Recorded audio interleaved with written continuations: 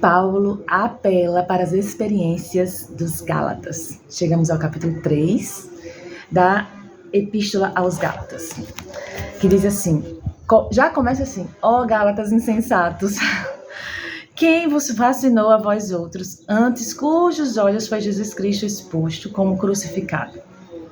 Já começa com essa santa indignação de Paulo. Quero apenas saber isto de vós: recebestes o Espírito pelas obras da lei ou pela pregação da fé? Sois assim insensatos, que tendo começado no Espírito, estejais agora vos aperfeiçoando na carne?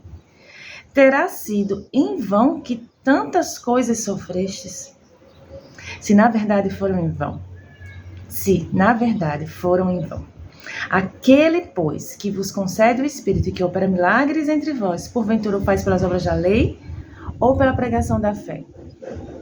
É o caso de Abraão, que creu em Deus e isso lhe foi imputado para a justiça. Sabei, pois, que os da fé e que são filhos de Abraão. Ora, tendo a Escritura previsto que Deus justificaria pela fé os gentios, pré-anunciou o evangelho a quem? A Abraão. Em ti serão abençoados quem? Todos os povos. De modo que os da fé são abençoados com o crente Abraão. Todos quantos, pois, são das obras da lei estão debaixo da maldição, porque está escrito: maldito todo aquele que não permanece em todas as coisas escritas no livro da lei para praticá-las. É evidente que pela lei ninguém é justificado diante de Deus, porque o justo viverá pela fé. Ora, a lei não procede da fé, mas aquele que observar os seus preceitos, por eles viverá. Cristo nos resgatou da maldição da lei, fazendo-se ele próprio maldição em nosso lugar, porque está escrito: maldito todo aquele que for pendurado em madeiro. E Jesus morreu como, gente? Para que a bênção de Abraão chegasse aos gentios em Jesus Cristo, a fim de que recebêssemos pela fé o Espírito prometido. Irmãos, eu falo como homem. Ainda que uma aliança seja meramente humana, uma vez ratificada, ninguém a revoga ou lhe acrescenta alguma coisa. Ora, as promessas foram feitas a Abraão e a seu descendente. Não diz, e aos descendentes, como se falando de muitos, porém como de um só. E ao teu descendente, que é Cristo. E digo isto, uma aliança já anteriormente confirmada por Deus, a lei, que veio 430 anos depois, não a pode abrogar, de forma que venha a desfazer a promessa. Porque se a herança provém de lei, já não decorre de promessa, mas foi pela promessa que Deus a concedeu gratuitamente a Abraão. Qual, pois, a razão de ser da lei?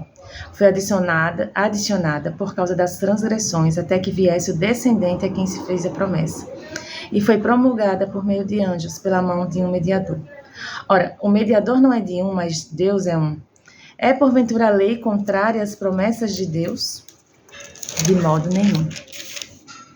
Porque se fosse promulgada uma lei que pudesse dar vida, a justiça, na verdade, seria procedente de lei. Mas a Escritura encerrou tudo sobre o pecado, para que, mediante a fé em Jesus Cristo, fosse a promessa concedida aos que creem.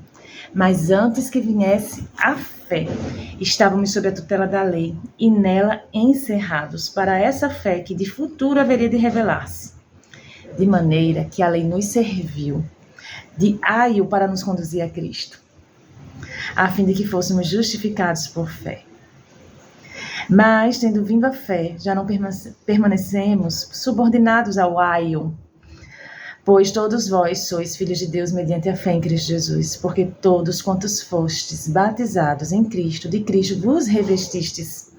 De sorte não pode haver judeu nem grego, nem escravo, nem liberto, nem homem nem mulher, porque todos vós sois um em Cristo Jesus. E se sois de Cristo, também sois descendentes de Abraão e herdeiros segundo a promessa. Nós somos herdeiros segundo a promessa. E deixa eu só voltar lá no versículo 24, que fala essa palavrinha tão pequenininha, que fala assim: de maneira que a lei nos serviu de aio para nos conduzir a Cristo. Um aio era um escravo responsável pela educação da criança, principalmente para apontar e disciplinar o mau comportamento. À semelhança de um aio, a lei destacou e puniu o pecado. Outra importante função dos aios era de separar e proteger a criança de influência de estranhos. a lei exerceu função semelhante, separando Israel dos gentios. Também essa função da lei cerimonial se acabou.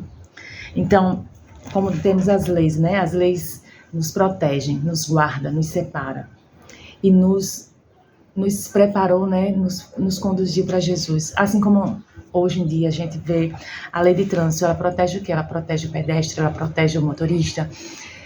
As leis nos protegem. Mas toda a lei cerimonial foi encerrada em Jesus Cristo, porque Ele cumpriu toda a lei, o sacrifício perfeito dele. Amém? E no versículo 28, eu também gosto muito, que fala assim, que todos vós sois um em Cristo.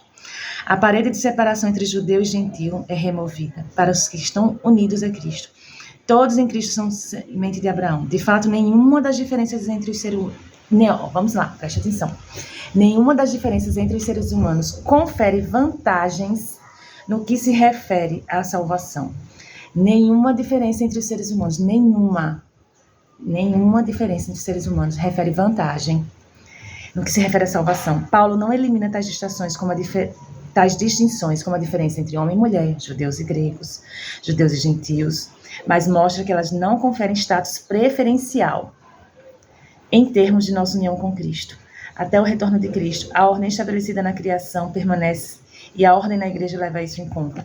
Não existe adulto, criança, não existe homem e mulher, não existe, vamos para hoje, pentecostal, presbiteriano, não existe denominação, não existe separação rico-pobre, racial, regional, nacionalidade, não existe separação. Não existe nada que nos impeça de estar unidos em Cristo Jesus, a não ser o não reconhecer do nosso pecado e da nossa necessidade do Senhor. Porque você diz assim, o pecado separa o homem de Deus. Sim, o pecado separa o homem de Deus. Porém, quando a gente reconhece o nosso pecado, se arrepende e se coloca diante do Senhor, se entrega ao Senhor completamente, nem o pecado nos separa de Deus nesse sentido. Pelo amor de Deus, nada de enlouquecer e dizer que o pecado nos separa. Sim, o pecado faz separação entre Deus e o homem. Mas ele não impede do nosso caminhar para Deus, da nossa reconciliação com o Senhor, porque Jesus nos perdoou de todos os pecados. Então a gente acessa essa reconciliação com Deus a partir do momento que a gente se relaciona com Jesus Cristo. Então é nesse sentido, apenas nesse sentido, que o pecado não nos impede de ter uma relação íntima, pessoal, verdadeira, profunda, eterna com o nosso Deus. Amém? Deus abençoe sua vida. Obrigado pela sua companhia e até o próximo capítulo.